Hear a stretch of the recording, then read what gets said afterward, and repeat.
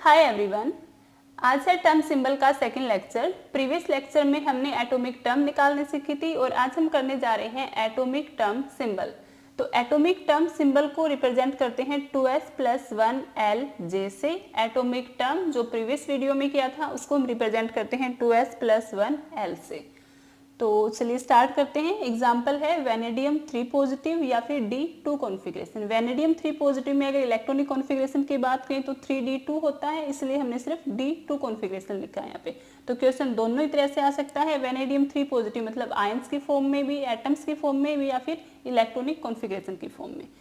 तो चलिए स्टार्ट करते हैं। Value S, L and J तीनों वैल्यू हम फाइंड आउट करते हैं step by step. First value of S, vanadium 3 positive 2 electrons हैं, +2 + 1 0 -1 और -2। L की वैल्यूज लिख ली। S, कैपिटल S की वैल्यू निकालते हैं। इस इलेक्ट्रॉन के लिए स्पिन की वैल्यू है हाफ, इस इलेक्ट्रॉन के लिए भी स्पिन की वैल्यू है हाफ, तो टोटल कितनी होगी? Half + half 1। और यहाँ से 2s + 1 spin multiplicity is 2 × 1 + 1 which is 3। तो S की वैल्यू हमने निकाल ली है। Next value of L। L के लिए क्या करेंगे? इस इलेक्ट्रॉन के लिए 2 दे रखी है और इस इलेक्ट्रॉन के लिए है +1, तो +2 + 1, ये वैल्यू भी कितनी आ गई है? 3। L की वैल्यू 3 होती है तो सिंबल हम क्या यूज करते हैं 3 के लिए? F। यहाँ से देखो टर्म बिल्कुल इजीली निकाल ली है। टर्म हो गई है 3F, 2s + 1 L की वैल्यू आ गई है 3F। अब हमें निकालनी है J की वैल्यू, या टर्म से टर्म सिंबल निकालने हैं। देखो डायरेक्ट क्वेश्चन एक ये भी बन रहा है कि V3 पॉजिटिव की टर्म सिंबल क्या होगी वो निकालो, या फिर इस फॉर्म में भी दे सकते हैं कि टर्म हमें गिवन है 3F और इसके लिए टर्म सिंबल फाइंड आउट करने हैं। तो 3F से हम पहले S की वैल्यू निकालेंगे और L की वैल्यू निकालेंगे। 3 क्या है? 2s + 1, इससे S की वैल्यू निकलेगी और F के लिए L कितना होता है? 3। तो किसी भी फॉर्म में क्वेश्चन आए है चाहे हम इजीली उसे अटेम्प्ट कर सकते हैं। तो J की वैल्यू इसके लिए, J की वैल्यू हम लेके चलते हैं। इसके लिए फॉर्मूला होता है L + S।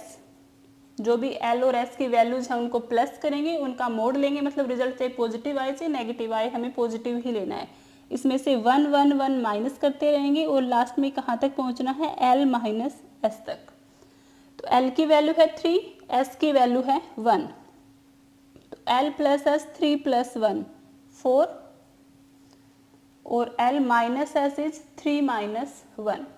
तो 3 + 1 4 हो गया, 3 - 1 है 2, 1 1 माइनस करते जाएंगे तो 4 - 1 करेंगे 3 और 3 - 1 वैल्यू आ गई 2। J की 3 वैल्यूज आई हैं 4 3 एंड 2। यहाँ से निकालते हैं टर्म सिंबल। टर्म है 3F, J की वैल्यू 4 करेंगे तो यहाँ से टर्म सिंबल बनेगा 3F4। J की वैल्यू 3 यूज कर रहे हैं तो 3F3 और 2 लेके चल रहे हैं तो 3F2। 3 टर्म सिंबल्स आए हैं। टर्म सिंबल्स करते हैं इसे।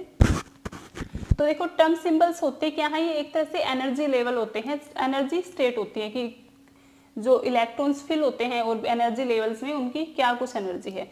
तो यहाँ से हमें एक और टर्म निकालनी है। टर्म सिंबल्स तो इतने सारे निकल गए, एक और टर्म होती है ground state term symbol. Ground state term symbol क्या होती है? वो स्टेट जिसकी लोवेस्ट एनर्जी हो। तो ग्राउंड स्टेट टर्म सिंबल हम कैसे निकालेंगे? 3 टर्म सिंबल्स आए हैं, इनमें से एक है ग्राउंड स्टेट टर्म सिंबल।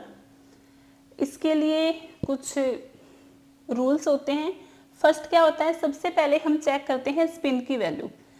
जिस टर्म सिंबल में स्पिन की वैल्यू हाईएस्ट होती है उसे हम मानते हैं ground state term symbol. Spin की वैल्यू हाईएस्ट, अगर यहाँ पे हम चेक करें 3 3 3 ही है, स्पिन मल्टीप्लिसिटी 3 है, मतलब स्पिन की वैल्यू कितनी थी यहाँ पे? 1। तो स्पिन की वैल्यू सेम है, इसलिए स्पिन से तो हम ग्राउंड स्टेट टर्म सिंबल नहीं फाइंड आउट कर सकते। अगर स्पिन सेम होती है तो फिर नेक्स्ट हम चेक करते हैं वैल्यू ऑफ L। जिसमें L की वैल्यू हाईएस्ट होती है उसे हम मानते हैं, या वो मानते नहीं है सॉरी, एक्चुअल में होती है ground state term symbol.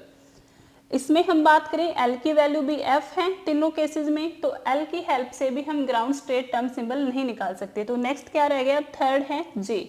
J की वैल्यू से हम निकालेंगे, J इन सब में डिफरेंट है कि कौन सी ग्राउंड स्टेट टर्म सिंबल है। तो एक कुछ केसेस में L प्लस एस वाली वैल्यू को हम ग्राउंड स्टेट टर्म सिंबल मानते हैं और कुछ में लेके चलते हैं L minus S. L plus S की बात करें तो देखो L प्लस एस क्या है 4 जो कि हाईएस्ट वैल्यू है और L माइनस एस मतलब 3 माइनस 1 2 जो लोवेस्ट वैल्यू है। तो कुछ केसेस में J की हाईएस्ट वैल्यू जो होती है उसे ग्राउंड स्टेट टर्म सिंबल मान के चलते हैं और कुछ केसेस में J की lowest value ground state term symbol होती है। तो ये किस केस में क्या लेके चलेंगे, जैसे यहाँ पे देखो हमने इलेक्ट्रॉन्स फिल कर रखे हैं इसमें, अगर electrons less than half filled है, हाफ फिल्ड ये अगर 5 इलेक्ट्रॉन्स होते हैं तो हाफ फिल्ड है, 5 से लेस है इलेक्ट्रॉन्स इसका मतलब लेस देन हाफ फिल्ड है। Less than half filled electrons है तो L माइनस एस वाली जो भी वैल्यू होगी उसे वो होती है ग्राउंड स्टेट टर्म सिंबल। अगर electrons more than half filled है इसमें तो J की जो हाईएस्ट वैल्यू होती है वो उसे कंसिडर करते हैं ground state term symbol. D2 configuration या V3 पॉजिटिव के लिए लेस देन हाफ फील्ड है, लेस देन हाफ फील्ड में लोवेस्ट वैल्यू लेके चलेंगे J की लोवेस्ट वैल्यू क्या है 2, तो 3F2 हो गया ग्राउंड स्टेट टर्म सिंबल। ये सब क्या है टर्म सिंबल्स हैं D2 कॉन्फ़िगरेशन के लिए, और जिस टर्म सिंबल की जिस एनर्जी स्टेट की लोवेस्ट एनर्जी है वो है 3F2, ये है ground state term symbol. Next example है S1P1। S1P1 के लिए हम निकालेंगे टर्म सिंबल। तो सबसे पहले S की वैल्यू निकालते हैं। S के लिए L की वैल्यू है 0, इसमें 1 इलेक्ट्रॉन फिल है, P में 1 इलेक्ट्रॉन फिल है और P के लिए +1 0 -1। इसमें देखो S की वैल्यू निकालने के लिए फॉर्मूला क्या यूज होगा, S1 + S2 और 1 1 माइनस करते जाएंगे, लास्ट में कहाँ तक जाना है S1 - S2 तक। S1 की वैल्यू भी +½ है, S2 की वैल्यू भी इस इलेक्ट्रॉन के लिए S2 कंसिडर कर लेते हैं +½ तो हाफ +½ वैल्यू कितनी आ गई 1, इधर करेंगे हाफ माइनस हाफ 0, तो यहाँ से S की 2 वैल्यूज आई है तो स्पिन मल्टीप्लिसिटी भी लिख लेते हैं 2S + 1। 1 के लिए स्पिन मल्टीप्लिसिटी 3 आएगी, S की वैल्यू 0 है तो 2S + 1 कितना आ गया 1।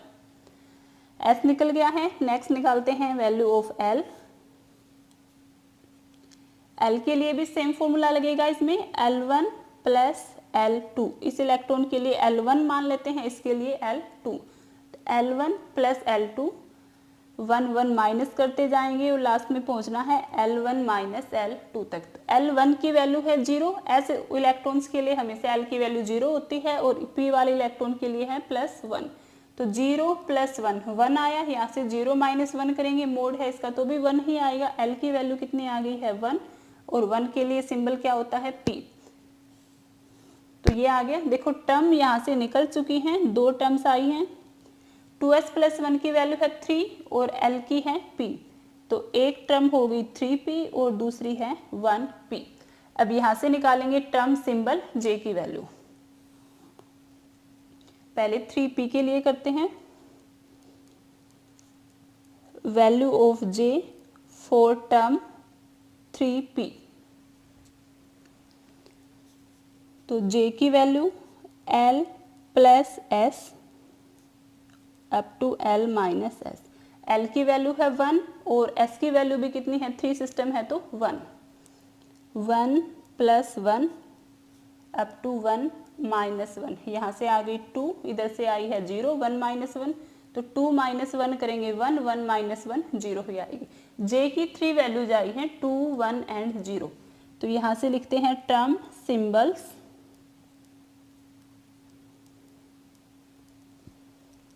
3P2, टर्म थी 3P, सिर्फ J की वैल्यू ऐड करनी है 3P2 3P1 एंड 3P0। अब एक और टर्म रह गई है 1P के लिए J की वैल्यू निकालेंगे और इसके लिए भी टर्म सिंबल निकालेंगे, तो value of J for term 1P,